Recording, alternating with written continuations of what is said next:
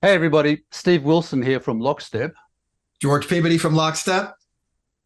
And we had the great pleasure to be on stage at Authenticate a couple of weeks ago in Carlsbad talking about the promise of wallets. And we're here today to recapitulate our presentation on stage. So thanks for joining us.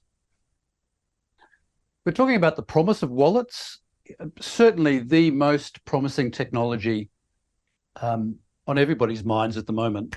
But we'll come back to the promise. Right now, let's remind ourselves that we're here because of the FIDO Alliance, and we want to salute passkeys. It's been a major milestone in the progression of FIDO, passkeys and the FIDO model itself. We reckon that the FIDO Alliance is the most impactful industry body of all time. It's drafted, ratified, published multiple protocol standards in record time. You know, I've seen the FIDO Alliance go from concept to publication of a standard faster than conventional standards bodies have even done the problem statement. It's breathtaking. We've got comprehensive browser and operating system support for the FIDO Alliance.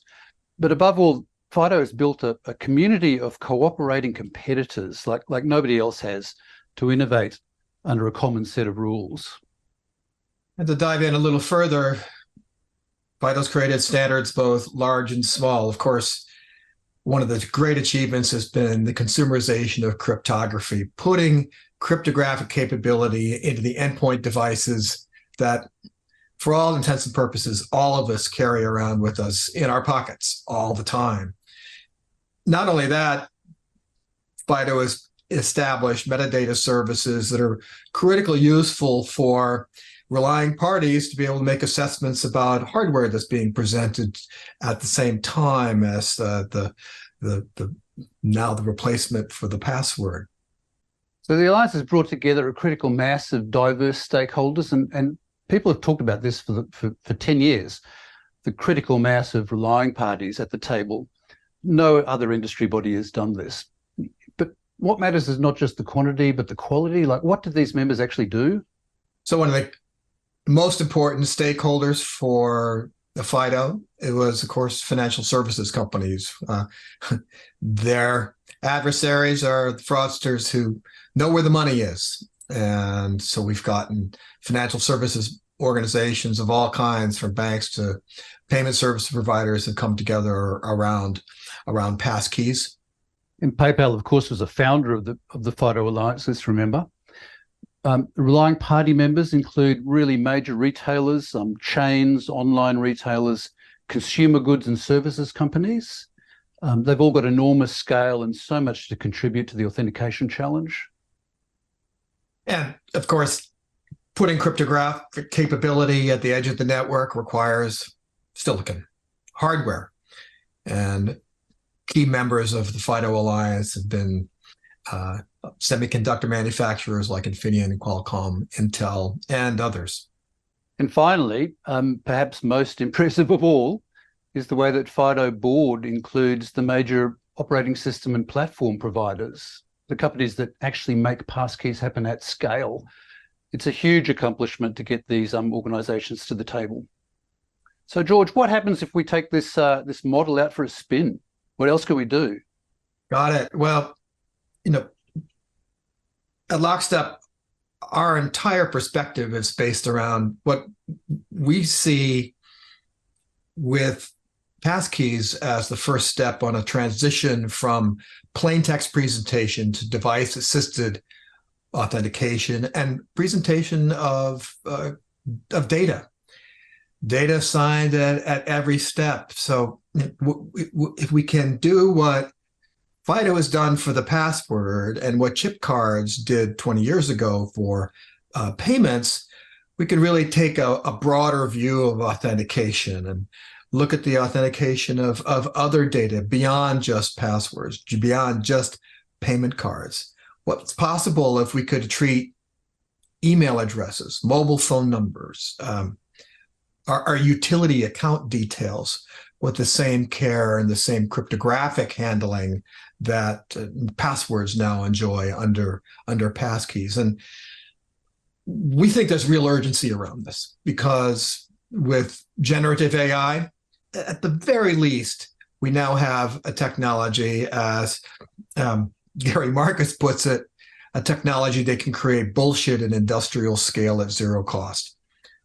We need facts. Relying parties need facts in order to make decisions, to make risk management decisions. Yeah, so well said. Because, it's often said it's a hoary old slogan that the internet is missing an identity layer. And at Lockstep, we say, no, what's missing is an authenticity layer. What are the facts that you need? How do you know that they're true? So the economy increasingly depends on information value chains. And this is not a Lockstep invention. There's all sorts of consultancies will talk about the value chain of data. The question that we ask, instead of identity, we ask about authenticity and value. What is it that makes data valuable? And that's going to vary from one context to another.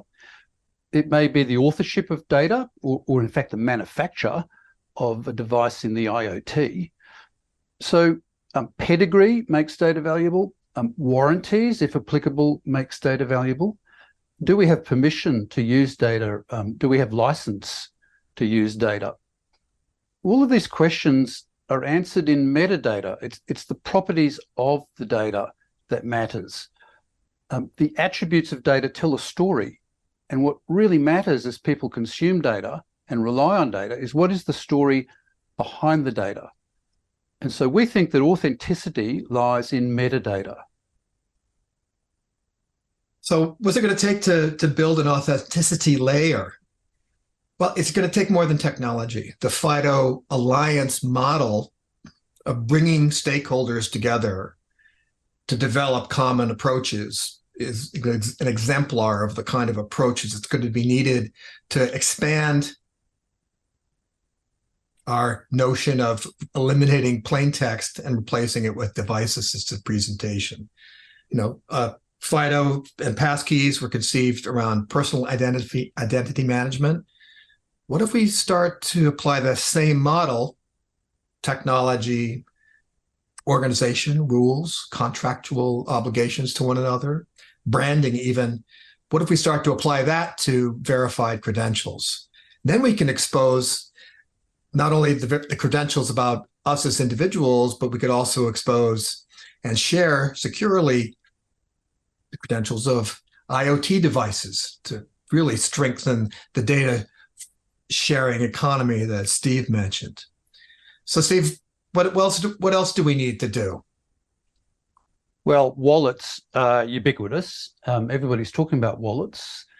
The user experience for human credentials is going to be expressed in wallets above all, but there's also going to be special purpose embedded wallets in the IoT for carrying non-human attributes.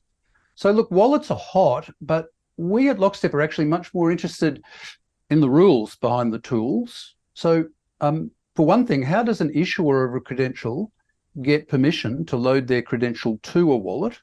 Who controls that load?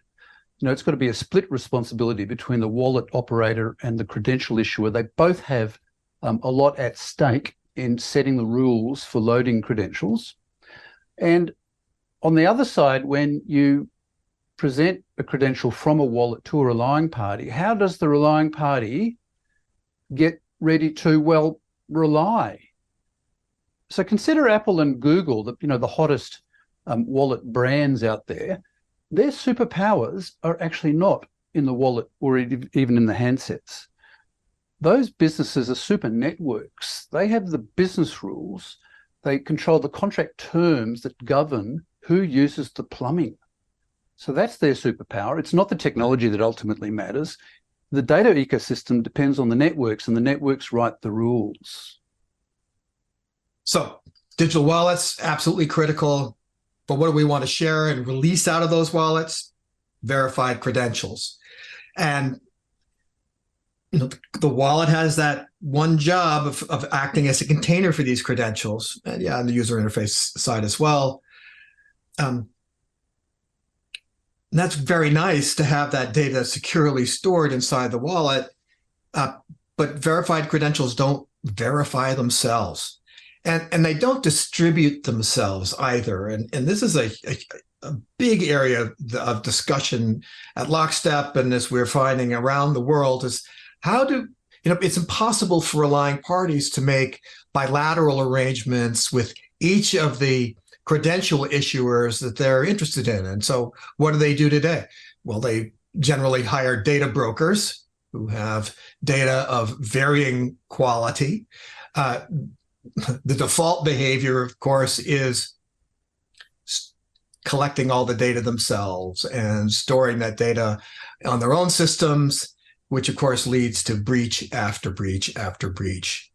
But there's hope. We've got this notion now of using verified credentials protected by the kind of cryptographic support that we're seeing now in place and put into the world via passkeys. And again, what we've seen in the payment systems over 20 years or more with chip cards and the global scale that that's enabled.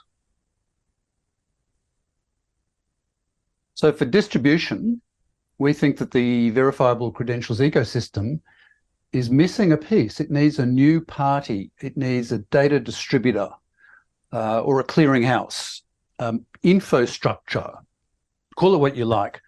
But this is the essential mechanism to move verifiable credentials, which remember is just data and metadata, move those parcels of meta and data between issuers and subjects and relying parties, and to do that at scale. So let's just give a topical example. And we're talking about AI, not just in the generative sense, but even in the big data sense, where now we have regulators around the world who are concerned about what are the origins of the training data? Does this data have bias? Has it been audited for that bias? Was there permission to use this data for training purposes? Other concerns include algorithmic transparency, right? Can we open up the black box to understand why an algorithm has made the decision that it has?